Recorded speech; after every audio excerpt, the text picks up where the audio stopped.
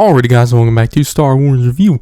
Today I am reviewing Star Wars Hyperspace Stories Issue 1, which was written by Amanda Debert, with art by Lucas Maragon, and was released on August 24th, 2022. So yeah, it's Dark Horse Comics' first Star Wars comic since 2014, their return to Star Wars Comics. Obviously most of the comics they did back then when they had the rights is now part of Legends. In 2014, one of the last comics they did make was Darth Maul, Son of Dathomir, which was a 4-issue miniseries, which is a canon, comic series, but that was just adapting unfinished episodes of the Clone Wars. But this new comic, Hyperspace Stories, is definitely different than what they did beforehand. The comics they made were the more, teenager adult comics. Basically stuff Marvel has made since Marvel got the rights back, and Marvel continue to make those, where the stuff Dark Horse is currently making is all ages comics, so stuff more catered towards a younger audience, so but very different than what Dark Horse used to do back when they originally had the Star Wars Comics license. Basically, for the last few years, I think it was from 2017 to earlier this year, IDW Comics had been doing all ages stuff, so it's going to be a lot like those. I will say, IDW, their mainline series, Star Wars Adventures, I only read a few issues of that, and the issues I did, and they really didn't blow me away. I really didn't care for them that much. And, they kind of did like 2 stories in one issue. Where this series, Hyperspace Stories, is just one story in each issue. And this run will be a 12-issue run of Hyperspace Stories. I don't know if afterwards we'll do another series titled Hyperspace Stories, a Volume 2 or something like that. But, I have no clue. But in this 12-issue series, it'll kind of be a hidden story, I guess.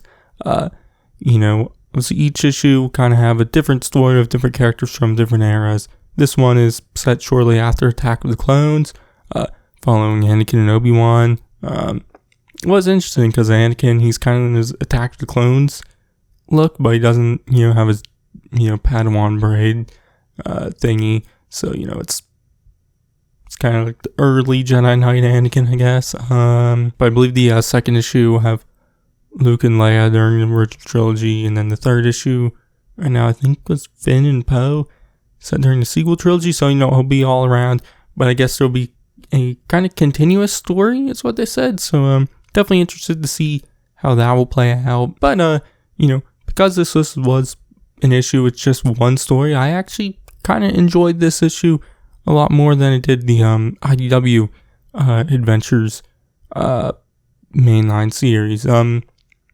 Which IDW did do other comics. There was Vader's Castle and the Hyperplex stuff, which I enjoyed that. But obviously this Dark Horse Hyperspace Stories series seems like it'll kind of be like the Adventure series more. Dark Horse will be doing Hyperplex stuff, and I think they kind of have a series kind of like the Vader's Castle stuff coming out also. So they'll be doing they're basically going to be doing the same stuff. But so far, this one, I enjoyed it more than what the main Adventure series. The issue, in it, we see Anakin and Obi-Wan shortly after Attack of the Clones, as they have to rescue Padme from the Separatists after she was on a diplomatic mission to the moon of Stajik, which she was there with Wookiee Senator Yarua and his daughter Vivian. Which when the Separatists come, we see Yarua stitch up Vivian's stuffed animal and tells her to kind of run off into the woods and hide there, so the Separatists don't find her. And when Obi-Wan and Anakin then learn about what's happening and go there, they eventually go into the woods and find Vivian, who eventually leads them to the Separatist ship, which they've taken Padme and Yarua and the others aboard. So, Obi-Wan kind of wants to come up with a plan, but Vivian kind of runs towards the ship, and so Obi-Wan has to run after her to save her from the blaster fire from the droids, which does save her, but Obi-Wan is seemingly knocked out. So the droids take them aboard the ship and leave before Anakin can get down there to rescue them. And so we see Anakin take out the droids who are left there. He destroys all of them so he can interrogate them. So he has to kind of meditate on where the Separatist ship is going. But we then see Obi-Wan and Vivian now prisoner on the ship with Senator Yarua. But the droids, being the stupid droids they are, don't restrain Obi-Wan. And so they leave to go get some cuffs. And Obi-Wan, seemingly wakes up. I think he might have been, just faking it the entire time. But that allows him to just get up and leave to go find the others.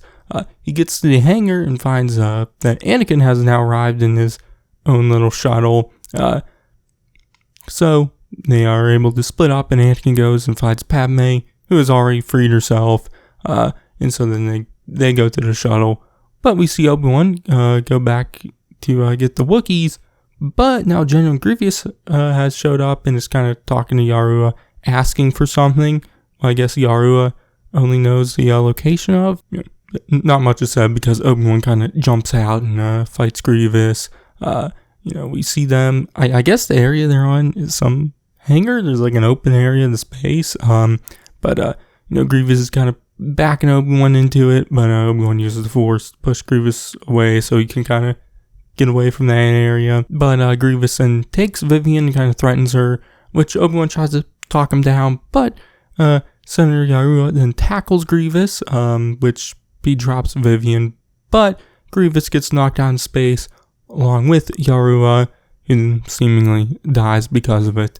They don't show it because, obviously it's a all ages kids comic, but, it's alluded to that he's dead. But we then see them all back aboard that shuttle, leaving, heading back to Coruscant. We see Obi-Wan talking to Yoda, wondering what the item Grievous was wanting from Yarua. But we see Padme comforting Vivian. We see Anakin talking to Padme about what's next for Vivian, and also wonders what was so important that Grievous went after Senator Yarua. Which, while he says that, we get a close-up of Vivian's stuffed animal, which I guess is what Grievous was looking for. Obviously, at the start of the issue, we see Yarua stitching it, so I'm guessing he maybe put what Grievous was looking for into the stuffed animal. So yeah, right now, because I said there's a hidden story, I would assume it probably have to do with that item Grievous is looking for. So I would assume this item will kind of pop up in all 12 issues. As of right now, obviously, that's just a guess. So yeah, but like I said, I thought it was a solid issue. Definitely kind of, it's set during the early days of the Clone Wars, so it can feel like an early episode of the Clone Wars. Obviously, it's basically the same setting, so it kind of makes feel that way. But it's interesting though on the amount of kind of early Clone Wars stuff I've been getting recently. It's really the only stuff we really can get, at least of these characters, because the animated show, I believe, starts about 6 months after the Attack of the Clones. I think that's when it starts. So that's really the most amount of time. Obviously, there's kind of near the very end of the Clone Wars because the animated show didn't get fully finished, so there was a lot of late Clone Wars stuff they I guess can do. But yeah, interesting there. But also it's interesting to see the Wookiee Senator Yarua. I don't know if that's exactly how to pronounce his name, but he obviously seemingly does die in this issue. But he was I think a background character in the Phantom Menace. He has appeared in a few other Legends and canon stories. Not a whole lot, but definitely, he's been in stories. So yeah, but also the art was whatever. I didn't really care for it too much, but yeah, definitely interested in this series. I'll definitely read more issues after this. Probably do reviews of it. Mainly for that hidden story. I'm definitely interested to see how that plays out. But yeah, this issue, solid start. My grade, I'm gonna give it a B. So yeah. Anyways, that's gonna be it for this one. You could check out all my other comic reviews. You could check out my future Dark Horse comic reviews when more issues eventually come out. I think one comes out next month in September. But yeah, it's gonna be it for this one. I've been Sarzu, and I'll catch you guys in the next one. Leave us alone. When the time comes, he must be trained.